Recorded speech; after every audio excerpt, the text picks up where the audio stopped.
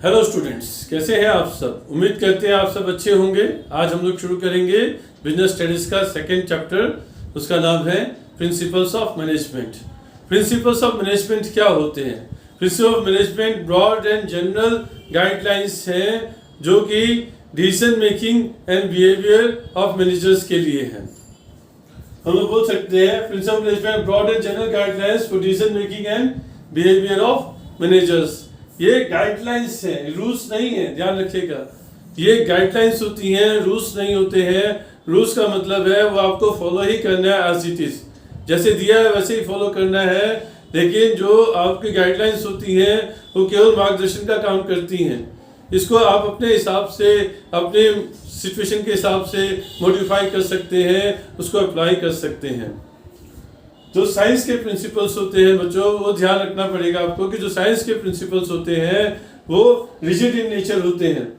Rigid मतलब उनमें flexibility नहीं होती, वो जैसे दिए हुए एज इट इज आपको अप्लाई करना पड़ता है।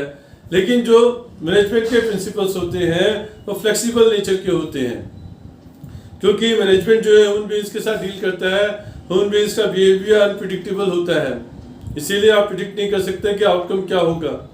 और हर इंसान एक जैसा नहीं है, हर इंसान अलग अलग होता है और सब पे अलग अलग तरीके से असर करती हैं चीज़ें। तो जब प्रिंसिपल अप्लाई किए जाते हैं तो सिचुएशन के हिसाब से और किस पे अप्लाई कर रहे हैं उसके हिसाब से उनको मॉडिफाई किया जाता है। इसलिए बोलते हैं कि वो फ्लेक्सिबल है नेचर उनका। और ये जो प्रिंसिपल्स है मैनेजमेंट के प्रिंसिपल्स, ये जो मैनेजर अपनी क्रिएटिविटी के हिसाब से अप्लाई करता है, एज इट इज उसको अप्लाई नहीं करता। साइंस के principles as it is absolute manner में अप्लाई हो जाते हैं।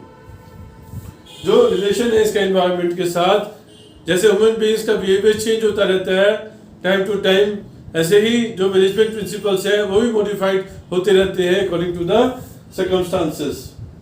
ह्यूमन बिहेवियर स्टैटिक नहीं है, ह्यूमन बिहेवियर चेंज होता रहेगा। इसीलिए जो है ये जो प्रिंसिपल्स ऑफ मैनेजमेंट है इनको पेश रखनी पड़ती है चेंजिंग एनवायरनमेंट के साथ। अपने आप को अडॉप्ट करते रहना पड़ता है जैसे जैसे एनवायरनमेंट बदलता है। लेकिन जो साइंस के प्रिंसिपल्स होते हैं उनको चेंज करने की ज़रूरत नहीं होती है, वो टाइम के साथ चेंज नहीं होते हैं, वो स्टैटिक रहते हैं, वैसे के वैसे ही हैं। जैसे आप देखें तो प्रिंसिपल्स जो है केमिस्ट्री के, फिजिक्स के, वो 100 साल पहले 200 साल पहले जो थे आज भी वही हैं, कोई चेंज उनमें नहीं आया है। अब डिफरेंस देखते हैं मैनेजमेंट प्रिंसिपल्स और मैनेजमेंट टेक्निक्स के बीच में। प्रिंसिपल्स तो गाइडलाइंस होती हैं जो मैनेजर को डिसीजन लेने में मदद करती हैं। मैनेजर कैसे डिसीजन लेगा उसके लिए गाइडलाइंस जो है वो मैनेजमेंट प्रिंसिपल्स बताते हैं जब वो टेक्निक्स को प्रैक्टिस करता है या अपने काम को करता है। मैनेजमेंट टेक्निक्स जो होती हैं वो एक प्रोसीजर्स होती हैं। मैनेजमेंट टेक्निक्स प्रोसीजर होती है जिसमें सीरीज ऑफ स्टेप्स इन्वॉल्व होते हैं किसी भी डिजायर्ड गोल को अचीव करने के लिए। फिर से समझते हैं, प्रिंसिपल्स गाइडलाइंस हैं जो डिसीजन मेकिंग में हेल्प करती हैं मैनेजर्स के लिए, और टेक्निक्स जो होती हैं प्रोसीजर्स होती हैं, काम को करने का तरीका होता है जिसमें सीरीज ऑफ स्टेप्स इन्वॉल्व होते हैं। जो भी प्रोसीजर होता है उसमें सीरीज ऑफ स्टेप्स इन्वॉल्व होंगे ताकि हमारा डिजायर्ड गोल हम अचीव कर सकें। अब डिफरेंस देखते हैं मैनेजमेंट प्रिंसिपल्स एंड वैल्यूज के बीच में। प्रिंसिपल्स गाइडलाइंस है डिसीजन लेने के लिए, वैल्यूज जो होती हैं वो इंडिविजुअल के बिहेवियर को गवर्न करती हैं। जनरल रूल्स होते हैं सोसाइटी के जो इंडिविजुअल के बिहेवियर को बताते हैं कि कैसे उसका बिहेवियर होना चाहिए। ये फॉर्म्ड मैनेजमेंट प्रिंसिपल्स जो है फॉर्म्ड होते हैं work research in work situation. जब उन्होंने वर्क सिचुएशन में जब काम करता है आदमी, तभी ये प्रिंसिपल्स फॉर्म्ड होते हैं। मैनेजमेंट प्रिंसिपल्स, जितने भी मैनेजमेंट प्रिंसिपल्स फॉर्म्ड हुए हैं ये मैनेजमेंट प्रैक्टिशनर्स ने अपने एक्सपीरियंस से डेवलप किए। जब पे काम करते थे, जिस वर्क प्लेस पे काम करते थे, वहाँ पे उन्होंने स्टडी किया, अपना एक्सपीरियंस यूज़ किया, वहाँ पे रिसर्च वर्क किया, तब जाके जो है ये मैनेजमेंट प्रिंसिपल्स फॉर्म हुए। लेकिन जो वैल्यूज फॉर्म होती हैं जब सोसाइटी के अंदर सब लोग मिलकर कॉमन प्रैक्टिस बना लेते हैं किसी भी चीज को, तो वैल्यू बन जाती है। मैनेजमेंट प्रिंसिपल्स जो होते हैं टेक्निकल इन नेचर होते हैं क्योंकि ये आपके बिजनेस से रिलेटेड है। वर्क से रिलेटेड है। वैल्यूज जो होती हैं वो इथिकल इन नेचर होती हैं, आपके एथिक्स के लिए होता है कि कैसे आपको बिहेव करना चाहिए, कैसे बिहेव नहीं करना चाहिए। वैल्यूज सोसाइटी के लिए है, सोसाइटी में जो इंडिविजुअल्स होते हैं उनके लिए वैल्यूज होती है।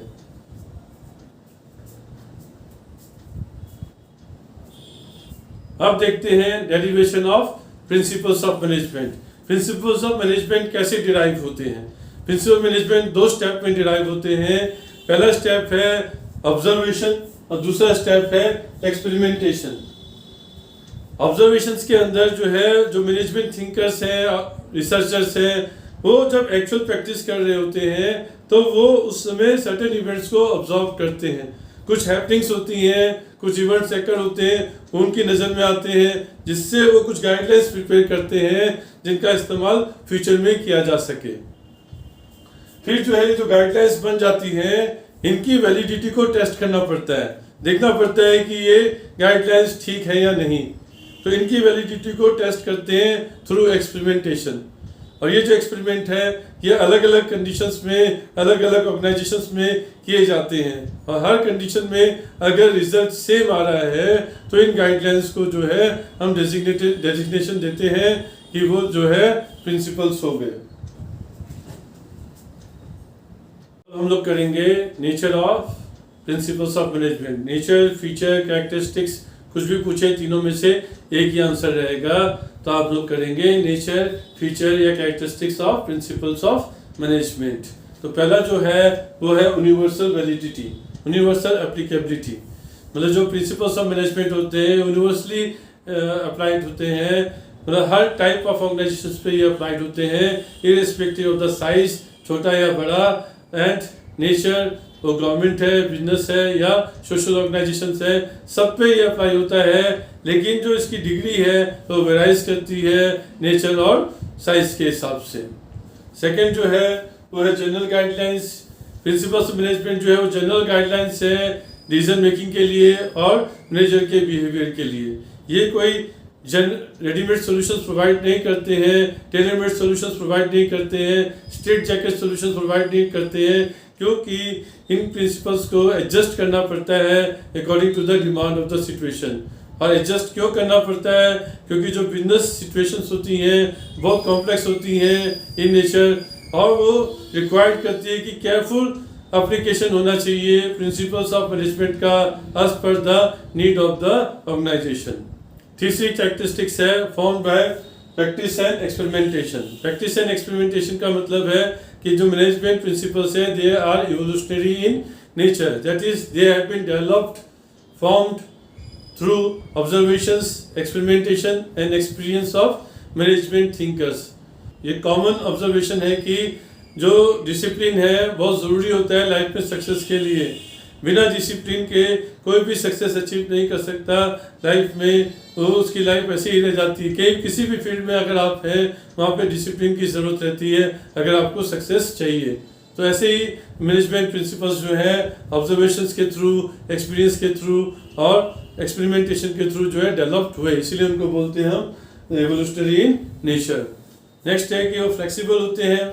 फ्लेक्सिबल का मतलब है कि वो रिजिड नहीं होते हैं जैसे प्योर साइंस के प्रिंसिपल्स होते हैं। मैनेजमेंट प्रिंसिपल्स को आप मॉडिफाई कर सकते हैं as per the demand of the situation. जैसे जैसे इन्वायरमेंट में चेंजेस आते हैं मैनेजमेंट प्रिंसिपल्स को भी मॉडिफाई किया जा सकता है। मैनेजमेंट प्रिंसिपल्स को जो है ब्लाइंडली अप्लाई नहीं कर सकते, भले ही सिचुएशन जो है सेम क्यों ना हो। पहले आपने जो प्रिंसिपल्स फॉलो अप्लाई किया था वो अब भी अप्लाई करेंगे ये ज़रूरी नहीं है। ये मैनेजर जो है अपने एक्सपीरियंस से, अपनी क्रिएटिविटी से और डिमांड ऑफ द सिचुएशन के हिसाब से जो है वो इनको अप्लाई करता है। इसलिए बोलते हैं कि मैनेजमेंट प्रिंसिपल्स जो है फ्लेक्सिबल इन नेचर होते हैं। नेक्स्ट है मेनली बिहेवियर। मेनली बिहेवियर का मतलब है कि जो ये हमारे प्रिंसिपल्स ऑफ मैनेजमेंट है ये ह्यूमन बिहेवियर को इन्फ्लुएंस करने के लिए होते हैं, क्योंकि सारे काम जो है ह्यूमन बीइंग्स करते हैं। ह्यूमन बीइंग्स का जो नेचर है वो बहुत ज़्यादा कॉम्प्लेक्स और डायनेमिक होता है, इसीलिए उनके बिहेवियर को इन्फ्लुएंस करना पड़ता है जिससे कि हम ऑर्गेनाइजेशन गोल्स को अचीव कर सकें। साथ ही साथ में प्रिंसिपल्स जो है मैनेजमेंट को हेल्प करते हैं रिलेशनशिप अंडरस्टैंड करने के लिए ह्यूमन और मटेरियल रिसोर्सेज के बीच में। सिक्स्थ है cause and effect relationship. Cause and effect relationship का मतलब होता है कि मैनेजमेंट के एक्शंस का आउटकम क्या होगा। ये प्रिंसिपल्स जो है मैनेजमेंट को हेल्प करते हैं समझने के लिए कि उनके एक्शंस का आउटकम क्या होगा। इसका मतलब ये है कि मैनेजमेंट जो है सेम सिचुएशन में लार्ज नंबर ऑफ केसेस में वो इन प्रिंसिपल्स को अप्लाई कर सकता है। वो जानता है कि उसको क्या डिसीजन लेना है सिमिलर सिचुएशंस में प्रिंसिपल्स की मदद से।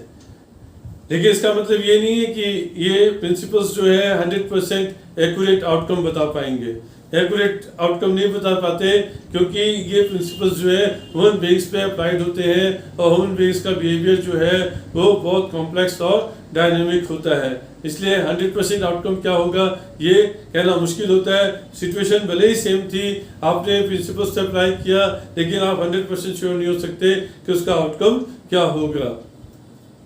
हमने लास्ट है 7th वह कंटीजेंट। कंटीजेंट का मतलब ये होता है कि किसी फ्यूचर हैपनिंग्स पे डिपेंड करना। तो प्रिंसिपल्स जो होते हैं वो गिवन सिचुएशंस गिवन सर्कमस्टांसेस पे डिपेंड करता है प्रिंसिपल्स की applicability. Particular point of time पे क्या सिचुएशन है उसके हिसाब से इनकी एप्लीकेशन डिपेंड करती है। इसलिए बोलते हैं कि प्रिंसिपल्स ऑफ मैनेजमेंट जो है वो कंटीजेंट है।